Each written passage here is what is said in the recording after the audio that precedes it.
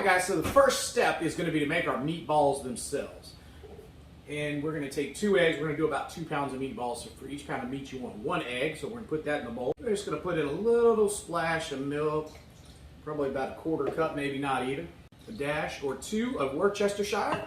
We're going to add a couple of teaspoons of thyme. A couple of teaspoons of garlic powder. Add a couple of tablespoons of parsley. We're going to do some fresh ground sea salt to taste here. I'm going to go probably tablespoon and a half. And some fresh ground pepper. Now give this all a good mix, get everything incorporated. All right, now for our meatballs, I've got 1 pound of ground pork here. We're going to put that in. And about a pound of ground beef. Here I'm using 85/15. Don't want it quite as fatty as the 80/20 for this mix. But I do want some of that fat in there for the flavor. So we're going to give this all a good mix by our hands here. Add a little bit of panko, depending on how wet it is. Depends on how much. Here I'm adding probably about 1/4 cup. Okay, now that we've got it all mixed up, I'm going to use about a 1/3 cup measure here for my meatballs.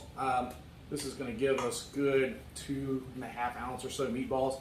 Healthy size for a dinner portion. So we're just going to get these all balled up and then we'll go outside over the wood fire here shortly.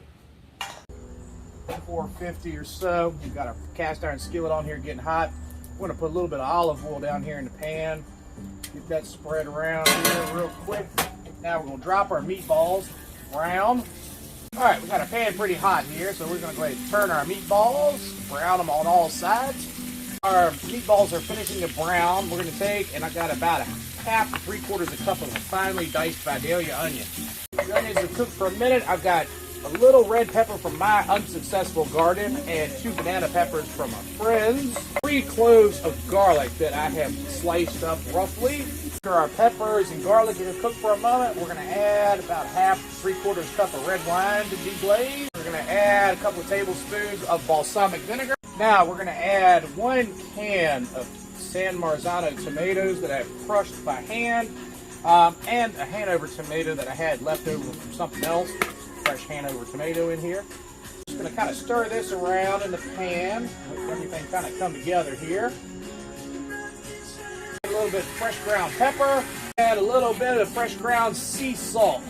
Once we have this all mixed up and seasoned, we're just going to let this sit. We're going to close her up and let her go for about 20 minutes or so here. That's going to get our sauce all together and cook our meatballs.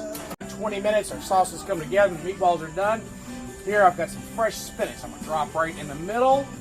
Fresh basil that I've ribboned a little bit. We're just going to put that right over top of the whole thing here. Kind of turn everything around. And we're going to take it off the heat, take it inside, and put it over our zoodles.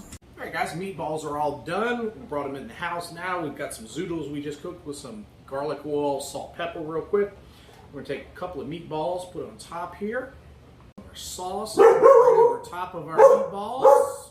Don't mind my barking dog in the background. And we got some fresh Romano cheese. We're just going to grate right over the top. And there we go, guys. There is our meatballs a la Alicia over zoodle.